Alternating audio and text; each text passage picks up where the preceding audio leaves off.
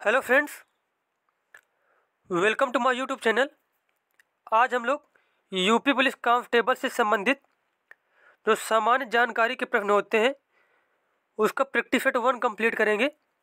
और अगर आपको वीडियो अच्छा लगे तो चैनल को सब्सक्राइब करें, वीडियो को लाइक करें, कमेंट करें। चलिए देखते हैं हम लोग। यहाँ पे आपसे क्वेश्चन पूछा गया है। क्वेश्चन यहाँ पे दिया गया है, शेखा झील के नाम से एक नया राष्ट्रीय पक्षी विहार का विकास किया जा रहा है। शेखा झील के नाम से जो एक नया राष्ट्रीय पक्षी विहार बनाया जा रहा है वो बनाया जा रहा है उत्तर प्रदेश के अलीगढ़ में। तो यहाँ पे सी ऑप्शन बिल्कुल ही करेक्ट हो जाएगा। और आप लोग कमेंट करके बताना इसमें से कितने क्वेश्चन आ रहे थे आपको। उसके बाद देखो अगला क्वेश्चन दिया गया है, उत्तर प्रदेश के निम्नलिखित में से कौन सा वन्य जीव अभ्यारण्य 1975 में स्थापित किया गया था। उत्तर प्रदेश में जो वन्य जीव अभ्यारण्य 1975 में स्थापित किया गया था उसका नाम था कतरनिया घाट। क्या नाम था? कतरनिया घाट नाम था।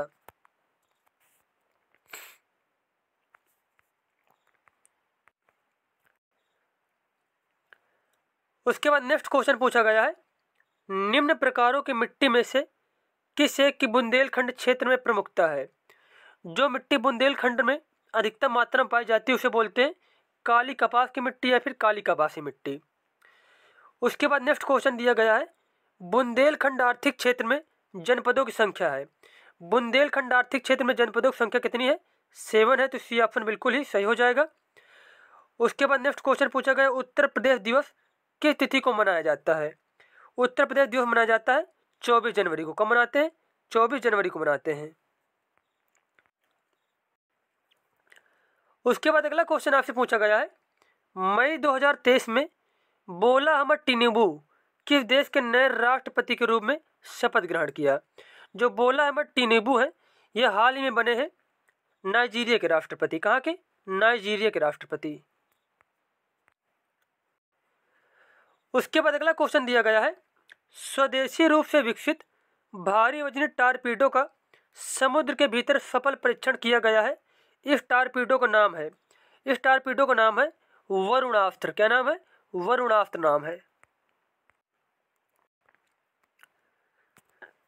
उसके बाद अगला क्वेश्चन दिया गया है, जून 2023 में मुख्यमंत्री योगी आदित्यनाथ ने प्रधानमंत्री स्वनिधि योजना के 3 वर्ष पूर्ण होने के अवसर पर कहाँ स्वनिधि महोत्सव का शुभारंभ किया है।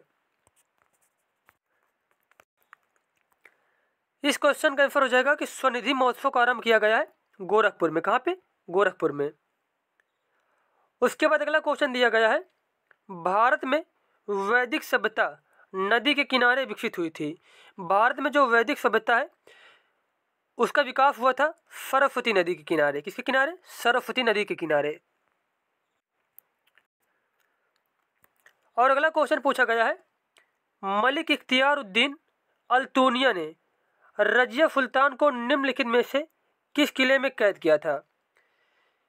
मलिक इख्तियार उद्दीन अल्तूनिया ने रजिया सुल्तान को किस किले में कैद किया था? तो इसका आंसर हो जाएगा बठिंडा के किला मुबारक में। बठिंडा के किला मुबारक में रजिया सुल्तान को कैद करके रखा गया था इख्तियार उद्दीन अल्तूनिया के द्वारा। अगला क्वेश्चन यहाँ पर दिया गया है, मध्यकालीन सूफी परंपरा के संदर्भ में वली शब्द का क्या अर्थ है। मध्यकालीन जो सूफी परंपरा है उसके अंतर्गत जो वली शब्द है वो यूज किया जाता है संतों के लिए। तो यहाँ पे ए ऑप्शन बिल्कुल ही सही हो जाएगा। उसके बाद अगला क्वेश्चन दिया गया है, निम्नलिखित में से कौन सा कथन कांग्रेस के कराची सत्र 1931 के संदर्भ में सही है। गांधी ऋण संधि की पुष्टि हुई थी। महात्मा गांधी ने अधिवेशन की अध्यक्षता की थी। भारत छोड़ो प्रस्ताव पारित किया गया था। इस आयोजन में खिलाफत आंदोलन आरंभ किया गया था। तो यहाँ पे पूछा गया आपसे,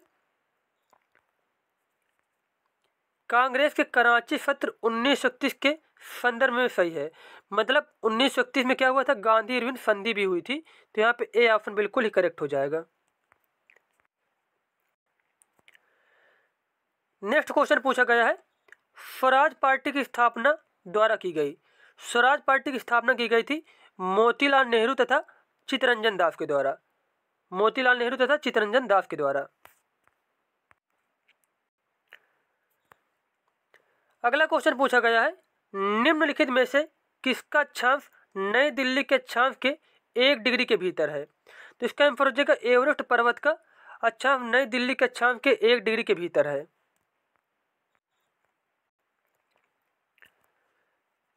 नेक्स्ट क्वेश्चन यहाँ पर दिया गया है, निम्नलिखित युग्मों में से कौन सा युग्म पहाड़ी दर्रों के संदर्भ में सही है? रोहतांग सिक्किम में है, लिपलेख उत्तराखंड में है, बोमडिला हिमाचल प्रदेश में, या फिर नाथुला अरुणाचल प्रदेश में है। तो यहाँ पर जो करेक्ट आंसर दिया गया है वो हो जाएगा हमारा बी ऑप्शन, क्योंकि लिपलेख दर्रा जो है वो कहाँ पे है? उत्तराखंड में स्थित है। तो बी ऑप्शन यहाँ पे बिल्कुल सही हो जाएगा।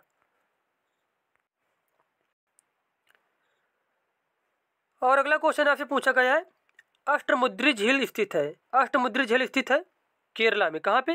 केरला में।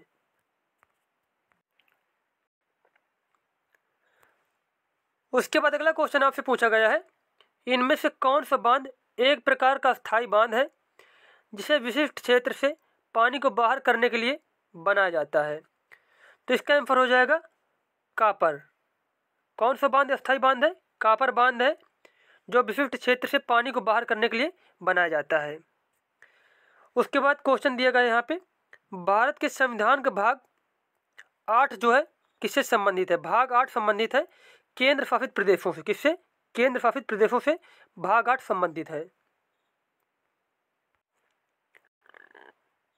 उसके बाद अगला क्वेश्चन आपसे पूछा गया है, भारतीय संविधान के अनुच्छेद में कहा गया है कि सामाजिक और शैक्षिक रूप से पिछड़े वर्गों के लिए एक आयोग होगा जिसे राष्ट्रीय पिछड़ा वर्ग आयोग के रूप में जाना जाएगा। यह बताया गया है अनुच्छेद 338 के बी फर्स्ट में। तो यहाँ पे डी ऑप्शन बिल्कुल ही सही हो जाएगा।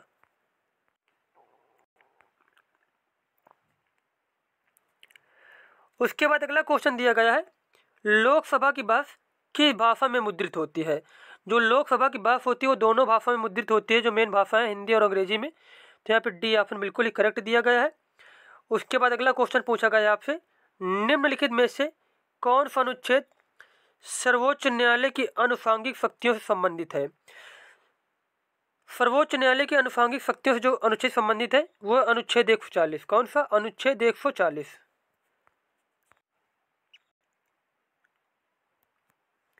अगला क्वेश्चन आपसे पूछा गया है, भारत के संविधान में निम्नलिखित में से कौन सा संशोधन भाषा के आधार पर भारतीय राज्यों के पुनर्गठन को संवैधानिक रूप से बदलने की प्राथमिक उद्देश्य के साथ पारित किया गया था? तो इसका आंसर हो जाएगा 7वां संशोधन। कौन सा? 7वां संशोधन।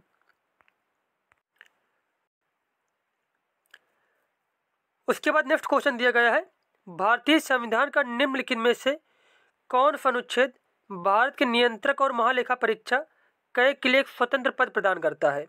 इसका आंसर हो जाएगा भारत के जो नियंत्रक और महालेखा परीक्षक हैं उनके लिए अनुच्छेद 148 क्या है? एक स्वतंत्र पद प्रदान करता है। उसके बाद क्वेश्चन दिया गया है, भारत में पहली बार वैज्ञानिक तरीके से राष्ट्रीय आय की गणना करने वाले अर्थशास्त्री हैं। जो वैज्ञानिक तरीके से भारत में राष्ट्रीय आय की गणना की थी उनका नाम था VKRV राव। क्या नाम था उनका? VKRV राव नाम था। अगला क्वेश्चन पूछा गया आपसे, भारतीय अर्थव्यवस्था का वैश्वीकरण क्या प्रदर्शित करता है? बाह्य ऋण में वृद्धि, दूसरे देशों के साथ आर्थिक संबंध में कम से कम हस्तक्षेप करना, विदेश में नया व्यापार शुरू करना, आयात प्रतिस्थापन करने के लिए सरल योजनाएं बनाना। अब यहाँ पे पूछा गया आपसे, भारतीय अर्थव्यवस्था का वैश्वीकरण क्या प्रदर्शित करता है? तो इसका आंसर हो जाएगा दूसरे देशों के साथ आर्थिक संबंध में कम से कम हस्तक्षेप करना। ये भारतीय अर्थव्यवस्था का वैश्वीकरण प्रदर्शित करता है।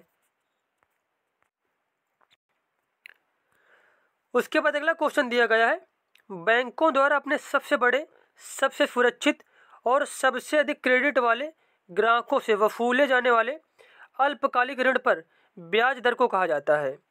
उस ब्याज दर को कहा जाता है प्रधान उधार दर। क्या कहते हैं उसको? प्रधान उधार दर कहते हैं। उसके बाद नेक्स्ट क्वेश्चन पूछा गया आपसे, NPCI का पूर्ण रूप क्या है, जो कि भारत के सभी खुदरा भुगतान प्रणाली के लिए एक अम्ब्रेला संगठन है? तो यहाँ पर जो दिए गए NPCI, इसका फुल फॉर्म होता है national payments cooperation of India. क्या होता है? National payments cooperation of India.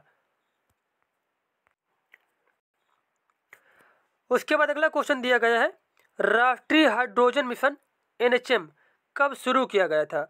राष्ट्रीय हाइड्रोजन मिशन की शुरुआत हुई थी 15 अगस्त 2021 को। कब हुई थी? 15 अगस्त 2021 को।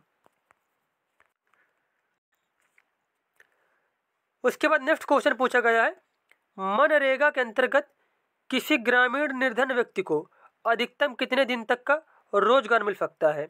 मनरेगा के अंतर्गत कम से कम कितने दिन का रोजगार मिल सकता है?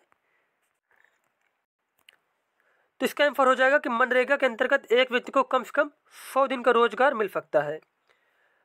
उसके बाद अगला क्वेश्चन दिया गया है यहाँ पे, अमर्त्य सेन को अर्थशास्त्र का नोबेल पुरस्कार किस वर्ष मिला? अमर्त्य सेन को अर्थशास्त्र का नोबेल पुरस्कार मिला था 1998 में। कब मिला था? 1998 में मिला था। उसके बाद अगला क्वेश्चन दिया गया है, जवाहरलाल नेहरू पुरस्कार किस लिए दिया जाता है? जवाहरलाल नेहरू पुरस्कार दिया जाता है अंतर्राष्ट्रीय समझदारी के लिए। अंतर्राष्ट्रीय समझदारी के लिए। अगला क्वेश्चन पूछा गया है, ओलंपिक रिंग पहली बार सार्वजनिक रूप से में प्रस्तुत किए गए थे? ओलंपिक रिंग सबसे पहले प्रस्तुत किए गए थे 1913 में। उसके बाद नेक्स्ट क्वेश्चन है, हमारे देश की सबसे प्राचीन भाषा कौन सी है? हमारे देश की सबसे प्राचीन भाषा है संस्कृत। कौन सी? संस्कृत। उसके बाद अगला क्वेश्चन दिया गया है, द इका बाग नामक पुस्तक किसने लिखी? जो द इका बाग नामक पुस्तक है उसके लेखक है J.K. रोलिंग। कौन है? J.K. रोलिंग। अगला क्वेश्चन यहाँ पर पूछा गया आपसे, निम्नलिखित में से कौन सी श्रीलंका की पहली आधिकारिक भाषा है? श्रीलंका की पहली आधिकारिक भाषा है सिंहली। क्या है? सिंहली।